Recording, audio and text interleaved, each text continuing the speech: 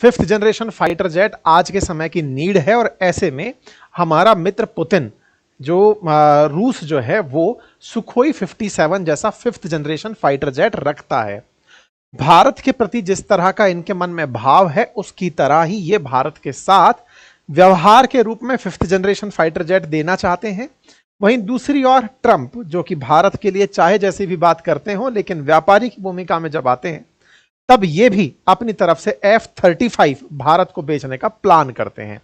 भारत पाकिस्तान के बीच में पाकिस्तान की तरफ से बात करते हुए या दोनों के बीच में मध्यस्थता करते हुए भी इन्हें भारत का बाजार पूरी तरह से नजर आ रहा था कि कैसे ना कैसे करके मैं भारत से F-35 बिकवा दूं या भारत को F-35 बेच दूं। चार देश हैं हमारे सामने जो सेलर बनकर खड़े हैं। अमेरिका F-35 लेकर खड़ा है तो रूस अपनी तरफ से सुखोई 57 लेकर खड़ा है। राफेल वाले अपना दुकान पहले ही लगाए बैठे हैं।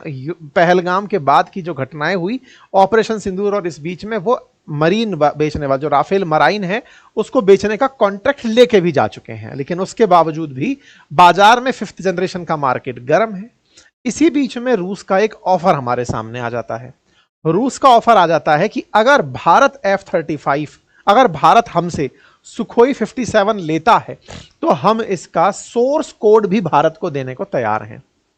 आपका दिमाग घूमेगा कि यार ये सोर्स कोड नाम की चीज क्या है जिसके लिए ये ऐसा ऑफर किया गया कि अगर भारत ने ये ना खरीद के किसी और का फाइटर जेट खरीदा तो भारत के लोग फिर से एक बड़ी राजनीतिक भूमिका में सरकार के खिलाफ खड़े हो सकते हैं। क्यों? क्योंकि इस समय जब ऑपरेशन सिंदूर हुआ उस समय भारत में कावेरी इंजन की डिमांड उठी कि साहब हमें अपना जेट फाइटर जेट बनाने के लिए अपना बहुत ही जबरदस्त कावेरी इंजन चाहिए। दूसरी तरफ ऑपरेशन सिंदूर के अंदर राफेल का मामला जो रहा उस समय पर भारत ने इनसे कहा कि भैया हो सके तो हमें आपके यहां से जो भी मतलब ऑफसेट को लेकर के आपने हमसे हमारे साथ जो टाई अप किए हैं आप राफेल का हमारे साथ सोर्स कोड शेयर कर दीजिए, हम उसको यूज करना चाहते हैं। इन्होंने हमसे मना कर दिया। तो राफेल अपना सोर्स कोड देना नहीं चाहता जिसका ऑपरेशन सिंदूर में हमने यूज भी किया। आप पूछेंगे क्या फर्क पड़ गया, ऑपरेशन सिंदूर में राफेल यूज कर तो लिया, सोर्स कोड का क्या करते। बस इतना सा समझ लीजिए, बाकी विस्तार से आगे चल के बताऊंगा कि अगर हमारे पास राफेल का सोर्स कोड हुआ होता तो हम राफेल से ब्रह्मोस चला सकते थे। फ्रांस ने जिस तरह से हमें अपना राफेल बेचा है, सेटिंग उसके सॉफ्टवेयर की ऐसी है जैसे आईफोन के अंदर वही एप्लीकेशन चल सकते हैं जिन्हें एप्पल अपने द्वारा ऑथराइज करता है, ये एंड्रॉयड की तरह नहीं होते। वहीं दूसरी ओर रूस अपने फाइटर जेट को एंड्रॉयड की तरह बनाकर दे रहा है कि आप अगर हमसे सोर्स कोड लेते हैं तो आप ब्रह्मोस को भी हमारे फाइटर जेट से दाग सकते हैं। ब्रह्मोस दुनिया की सबसे बेहतरीन क्रूज मिसाइल है। राफेल दुनिया का 4.5 जनरेशन का फाइटर जेट है। हम अपनी सबसे बढ़िया क्रूज मिसाइल को उस फाइटर जेट पर नहीं लगा पाए। वहीं इन्होंने जो खुद से हमें स्कैल्प मिसाइल दी थी, मीटियोर मिसाइल दी थी, वो हमको बेची और बेच करके उन्हीं का यूज करने की परमिशन दी। अगर भारत की तरफ से ब्रह्मोस का इस्तेमाल किया जा सकता होता तो निश्चित ही एक और बढ़िया डेडली कॉम्बिनेशन बनकर आता। इस बात को समझते हुए रूस ने हमें ना केवल अपनी तरफ से सुखोई 57 ऑफर किया बल्कि यह भी कह दिया कि अगर आपको आवश्यकता हो तो मैं आपके लिए सोर्स कोड भी दे दूंगा। सोर्स कोड में आपके पास हमारी सारी टेक्नोलॉजी कि ये फाइटर जेट कैसे ऑपरेट होता है, ये समझिए जैसे आज मैं आपके सामने जिस लैपटॉप के माध्यम से, जिस कंप्यूटर के माध्यम से लाइव आया हूं, उसके पीछे जो मशीन चल रही है, लैपटॉप के अंदर एक प्रोसेसर चल रहा है, एक टेक्नोलॉजी चल रही है जो कि इस पूरे काम को प्रोसेस करके आप तक पहुंचा रही है। जिसका जितना बढ़िया प्रोसेसर हुआ, जितना बढ़िया उसका प्रोग्राम हुआ, वो उतना अच्छा रिजल्ट प्रोड्यूस किया। फाइटर जेट्स के अंदर सोर्स कोड एक ऐसा ही समझिए सॉफ्टवेयर प्रोग्राम होता है। आसान भाषा में कहूं तो ये एक ऐसी कोडिंग है जिस कोडिंग को लिखने में ना जाने कितने टेक्नोलॉजी वाले लोग लगे होते हैं। आधा और एक उदाहरण से समझाऊं तो समझिए कि 1 करोड़ लाइंस लिखी गई होंगी जब F-35 का सोर्स कोड बनाया गया होगा। मतलब उसके सॉफ्टवेयर में कम से कम 10 मिलियन लाइंस लिखी गई होंगी। ऐसा मतलब इंफॉर्मेशन मार्केट में उपलब्ध है।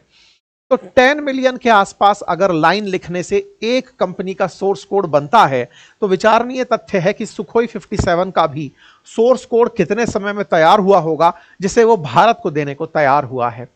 इस तरह की सुविधाएं देते हुए रूस अगर हमें सुखोई 57 ना बेच पाए, हम कावेरी इंजन पर सहयोग ना ले पाए, और हम उसके बावजूद भी ऑपरेशन सिंदूर के अंदर ब्रह्मोस ना इस्तेमाल कर सकने वाला राफेल ही यूज करते रहे या उसको ही खरीदते रहे, तो देश में सवाल तो उठेंगे कि सरकार की ऐसी क्या मजबूरी रही कि उसने फ्रांस से राफेल तो खरीद लिया या अमेरिका का F-35 तो कंसीडर कर लिया, लेकिन सुखोई के साथ निकलकर नहीं आए। यह सवाल निश्चित ही आने वाले समय में पूछा जा सकता है। जैसा मैंने आपको बताया कि सोर्स कोड फाइटर जेट का एक बहुत इंपॉर्टेंट पार्ट होता है, वो तो मैंने आपके सामने बता दिया, लेकिन डसॉल्ट एविएशन का जो हमारे पास में राफेल है, उस राफेल के लिए सोर्स कोड हाल ही में इनकार किया गया कि हम भारत को सोर्स कोड नहीं देंगे। यह थोड़े दिन पहले सुर्खी बना।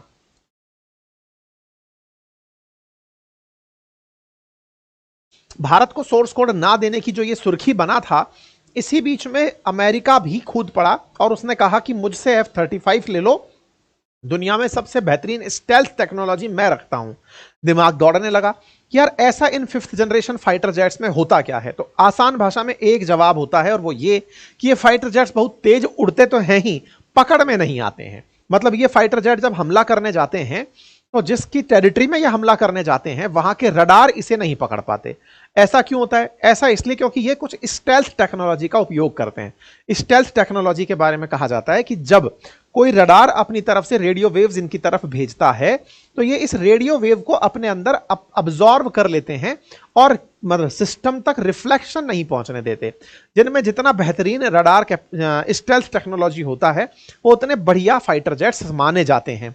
5th जनरेशन की ये एक खास बात होती है। बाकी इनके अंदर एजिलिटी होना, इलेक्ट्रॉनिक वारफेयर में शामिल होना, खुद से इनके अंदर अवॉक सिस्टम लगे होना, मल्टी रोल कॉम्बैट एक्सरसाइजेज में सक्सेसफुल होना, बेहतरीन मैनोवरिंग होना, ये अतिरिक्त पार्ट हैं जो 5th जनरेशन में होते हैं। लेकिन जिसको सबसे टॉप मोस्ट माना जाता है वो है इनका पकड़ में ना आना। बाकी आवाज की गति से दूसरा चलना और तब उन्नत किस्म के वेपन्स को यूज करना, बैठे बैठे इलेक्ट्रॉनिक वारफेयर कर लेना, ये तमाम चीजें हैं। क्रूज सिस्टम लगे होना, मतलब मैक 2 की स्पीड पर क्रूजिंग के अंदर लंबे समय तक चले जाना, वजन की तुलना में कई गुना अधिक तक वजन उठा लेना, बहुत सारी मिसाइलों को एक साथ लॉन्च कर देना, ये अन्य फैसिलिटीज के रूप में चीजें काउंट की जाती हैं। अच्छा साहब, दुनिया में अगर 5th जनरेशन फाइटर जेट्स की इस समय कंपैरिजन कराई जाए तो अमेरिका 5th जनरेशन कैटेगरी में 2 फाइटर जेट रखता है, एक F-22 रैप्टर और दूसरा F-35 लाइटनिंग। वहीं चाइना अपना J-20 बना चुका है। J-20 की कहानी क्या है कि चीन ने जो J-20 बनाया है, इसकी भी कहानी बड़ी रोचक है साहब। चीन का J-20 fighter jet 5th generation fighter jet है। इन्होंने अभी तक अपनी सेना में इसे शामिल नहीं किया है, लेकिन ये पाकिस्तान को देने को तैयार हो गए हैं। इसकी चर्चा हम करेंगे। दूसरी तरफ है सुखोई 57। इसके साथ दिक्कत क्या है? दुनिया का अमेरिका के प्रभाव में रहते हुए इसकी खरीदारी से बचना। अमेरिकी मीडिया ने इसके बारे में कह रखा है कि इसकी स्टेल्थ टेक्नोलॉजी इतनी पावरफुल नहीं है जितनी और फाइटर जेट्स की पावर टेक्नोलॉजी है। मतलब इसे रीच किया जा सकता है, पकड़ा जा सकता है, ऐसा मार्केट के अंदर मीडिया कवरेज के माध्यम से जानकारी निकलती है कि सुखोई तुलनात्मक रूप से स्टेल्थ में थोड़ा कम है। बाकी तो एजिलिटी और मैनोवरेबिलिटी तो इसकी जबरदस्त मानी जाती है।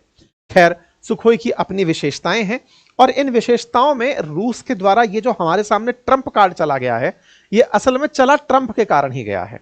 फरवरी में जब प्रधानमंत्री मोदी अमेरिकी यात्रा पर थे और ट्रंप से मुलाकात कर रहे थे, तो ट्रंप ने उस समय भारत के साथ F-35 जेट्स की बातचीत की थी।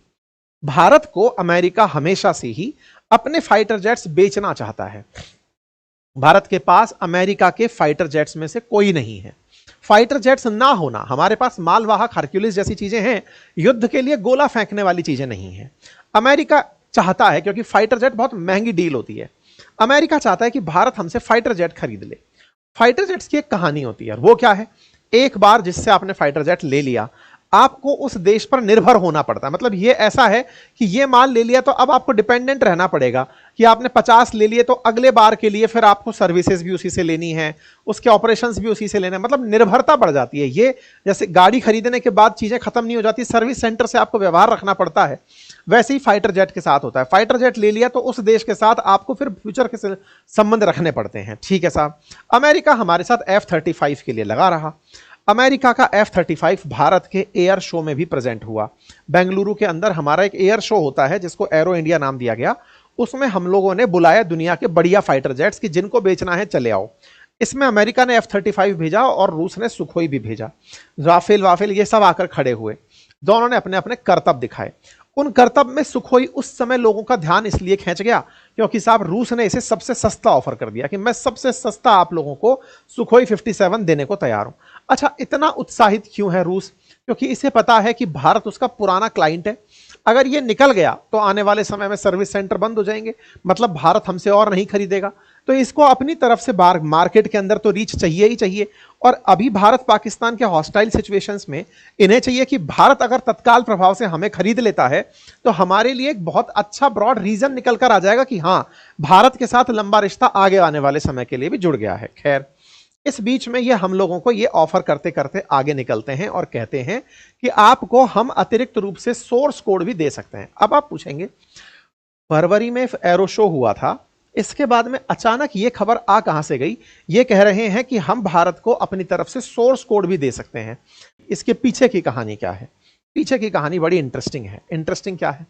जब भारत और पाकिस्तान के बीच ऑपरेशन सिंदूर की ये जो कहानी चल रही थी, पहलगाम और उसके बाद भारत का ऑपरेशन सिंदूर, उस समय दोनों ही देशों ने अपनी तरफ से अपनी सुरक्षा व्यवस्थाओं का मुआयना करना शुरू किया कि हमें क्या चाहिए और हमें किस तरह से अपने आप को और अपडेट करना है।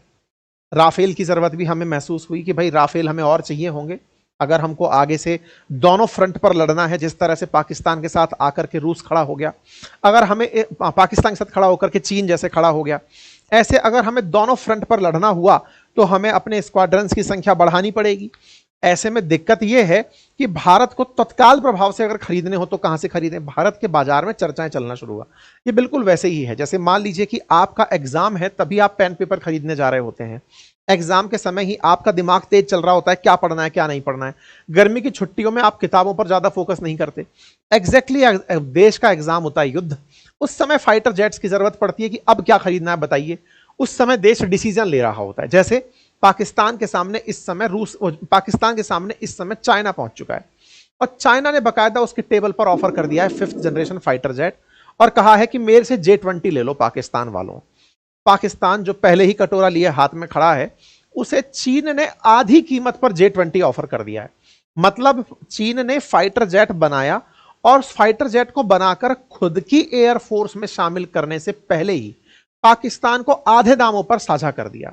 अब आपके दिमाग में एक प्रश्न आना चाहिए, जब भारत के पड़ोसी और भारत के दुश्मन पाकिस्तान के पास 5th जनरेशन फाइटर जेट होगा, हालांकि इस बात पर मजाक बहुत बन रही है कि चाइना ने खुद के यहां पर इसे अभी तक शामिल नहीं किया है, खुद की एयरफोर्स के लिए ये टेस्टिंग मोड में ही चल रहा है, लेकिन पाकिस्तान को आधी कीमत में बेचने के लिए तैयार हो जाता है। पाकिस्तान को यह बेचने की जो कवायद हुई है, यह ऑपरेशन सिंदूर के बाद ही हुई है। चीन ने पाकिस्तान की जरूरतों को पहचाना और उनसे कहा कि देखो, तुम्हें सख्त जरूरत है कि तुम फाइटर जेट परचेज करो भारत को टक्कर देने के लिए, क्योंकि ये लोग राफेल में निकले हुए हैं। आपको मैं एक और किस्म बढ़ा हुआ देता हूं, 50% ऑफ के साथ इन्होंने J-35A फाइटर जेट्स को ऑफर कर दिया कि आप J-35A हमसे ले लो, J-20 हमसे ले लो और इन सबको लेकर के अपने पास मतलब ये पहुंचा। तो इधर देखो, 30 J-35A स्टेल्थ फाइटर पाकिस्तान को अभी इन्होंने ऑफर कर दिए हैं। फाइटर जेट में J-35A और J-20 इनके 5th जनरेशन फाइटर जेट हैं, 50% दाम पर पाकिस्तान को ऑफर किए गए हैं। इस पर पाकिस्तान चाइना के अंदर लोगों के अंदर बड़ा बैकलैश है और वो इस बात का है कि आप हमारा पैसा उनको क्यों दे रहे हैं। लेकिन चाइना इसे एक अपॉर्चुनिटी के रूप में देखता है कि भविष्य में पाकिस्तान को जरूरत पड़ी तो कहीं ऐसा ना हो अमेरिका उसे F-35 टिका दे। इसलिए चीन ने अपना J-35 उसे दे दिया, मतलब कॉन्ट्रैक्ट कर दिया कि 30 फाइटर जेट मैं तुझे बनाकर दूंगा। ये सब हो क्यों रहा है? मैंने जैसे कहा ना, वॉर जैसे ही होती है, हर तरफ से बेचने वाले सेलर्स आकर खड़े हो जाते हैं। हथियार बिकने का सबसे बड़ा माहौल होता है जब दो देश आपस में संघर्ष कर रहे होते हैं। ऐसे में ही रूस उतर के आता है कि उसको समझ में आया कि अगर चीन इसको J-35 बेचने में कामयाब हो गया तो अब ये चाइना से मतलब पाकिस्तान रूस से तो अब वेपन लेगा नहीं। अगर ये पाकिस्तान से नहीं लेगा तो ऐसे मतलब रूस से नहीं लेगा पाकिस्तान, तो फिर किससे लेगा? तो भाई अमेरिका से F-35 ले सकता है। अमेरिका से F-35 चाइना इसको लेने नहीं देगा। ऐसे में फिर बड़ी बात क्या निकल कर आती है कि भारत को बेचा जा सकता है अपना फाइटर जेट। भारत के सामने 3 सेलर हैं, अमेरिका खड़ा है, फ्रांस खड़ा है और रूस खड़ा है। फ्रांस से हम एम ले चुके हैं जो कि 4.5 जनरेशन का है। अब बचा F-35 और सुखोई 57। इनमें अगर F-35 को पछाड़ना है तो सोर्स कोड की बात करनी होगी। अमेरिका भारत को सोर्स कोड देने वाला नहीं है, क्योंकि हम अगर राफेल लगाने के ऊपर निकलेंगे, वो हम अगर उस पर ब्रह्मोस लगाने निकलेंगे तो वो लगाने नहीं देंगे। ऐसे में इन्होंने कहा कि आप ब्रह्मोस लगा सकते हो हमारे वाले पे। असल में क्या होता है ना, फाइटर जेट तो खुद एक तरह का व्हीकल है, उसके ऊपर आप क्या क्या लगा सकते हैं, कौन सी मिसाइल उस पर लगा सकते हैं जो दुश्मन के क्षेत्र में जाकर फटे, ये ज्यादा मायने रखती है। तो अगर हमने इस पर ब्रह्मोस लगाया तो ब्रह्मोस लगाना हमारे लिए एक उपलब्धि होगा, यह बात उन्होंने हमें समझा दी है आसान भाषा में। पाकिस्तान का अपडेट आप देख सकते हैं कि पाकिस्तान ने 40 5th generation J-35 stealth aircraft हाल ही में पाकिस्तान ने चीन से प्राप्त करने की बात की है। यह गवर्नमेंट ऑफ पाकिस्तान का ट्वीट है।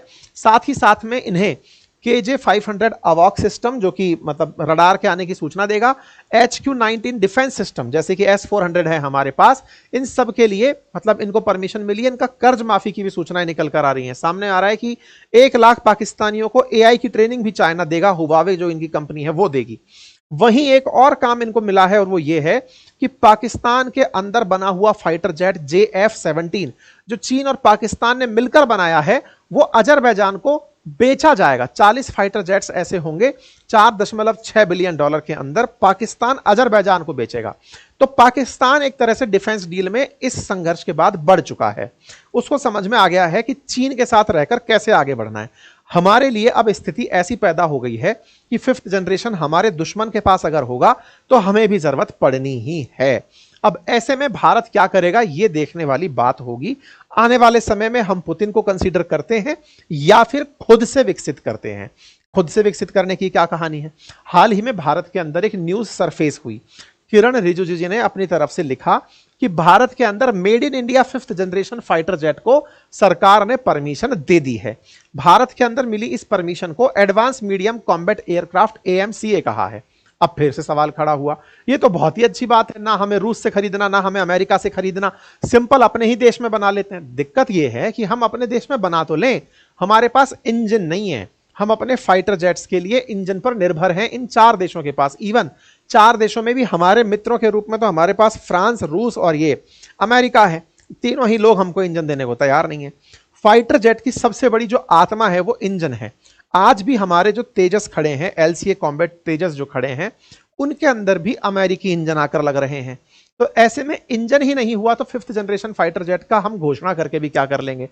इसलिए आवश्यकता है कि हमारे साथ टेक्नोलॉजी ट्रांसफर किया जाए। राफेल वाले हमसे मना कर चुके हैं, इसीलिए F-35 की जगह सुखोई की ज्यादा प्राथमिकता बनती जा रही है। मैंने थोड़े दिन पहले भी आपसे कहा था कि राफेल अपनी आउटर बॉडी इंडिया में बनाने के लिए तैयार हुआ है, सोर्स कोड के लिए तो यह तैयार नहीं हुआ है। तो भारत को चाहिए कि राफेल पर एक बार वापस से थॉट दिया जाए, यह देखा जाए कि अगर यह नहीं दे रहा है तो क्या हम राफेल की डील की जगह सुखोई 57 ही परचेज कर लें। क्या सुखोई 57 परचेज करके हम 5th जनरेशन में भी एंट्री करके रूस के साथ मेक इन इंडिया को भी बूस्ट कर पाएंगे, सोर्स कोड मिलने से हम अपने वेपन भी यूज कर पाएंगे। रूस का ऑफर हमारे सामने है। बाकी आपको क्या लगता है, कमेंट बॉक्स में अपनी राय जरूर रखें। फिलहाल के लिए इतना ही। चैनल पर नए हैं तो सब्सक्राइब कर लें। बहुत बहुत धन्यवाद।